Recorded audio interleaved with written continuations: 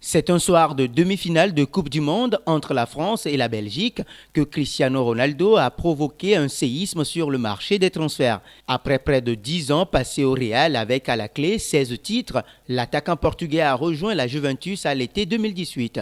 Très discret sur les raisons de son départ, le quintuple Ballon d'Or avait pourtant fait la lumière dans une interview accordée à France Football. Pour le natif de Madère, la relation avec le président de la Maison-Blanche, Florentino Pérez, était devenue insupportable à son goût. Ronaldo explique qu'il n'était plus considéré au Real Madrid comme au début. Je sentais à l'intérieur du club et surtout de la part du président qu'on ne me considérait plus comme au début.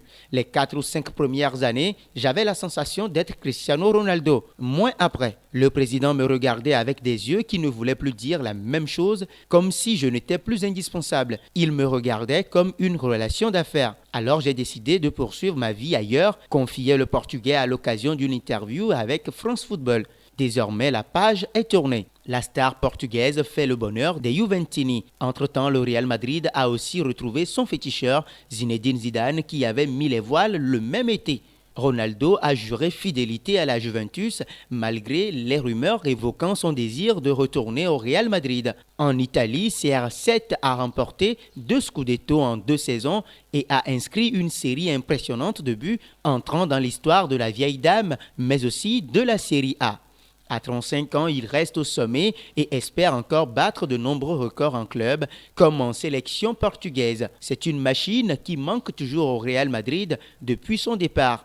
La première année du club merengue sans son buteur a été funeste. Le Real a fait une saison blanche avec à la clé une élimination précoce en huitième de finale de la Ligue des Champions contre l'Ajax Amsterdam. Ensuite, le club a enchaîné des échecs sur le banc et en une saison, Florentino Pérez, pour la première fois de l'histoire du club, a enregistré 3 différents coachs, Lopetegui, Solari et Zidane. L'été dernier, le Real Madrid a énormément dépensé sur le marché pour combler le vide laissé par Ronaldo, mais le résultat n'est pas encore meilleur. Qu'on le dise haut et fort, Cristiano Ronaldo manque toujours au Real Madrid. Le Real de Zidane peut-il gagner encore une Ligue des Champions sans Ronaldo? Laissez-nous vos avis en commentaire.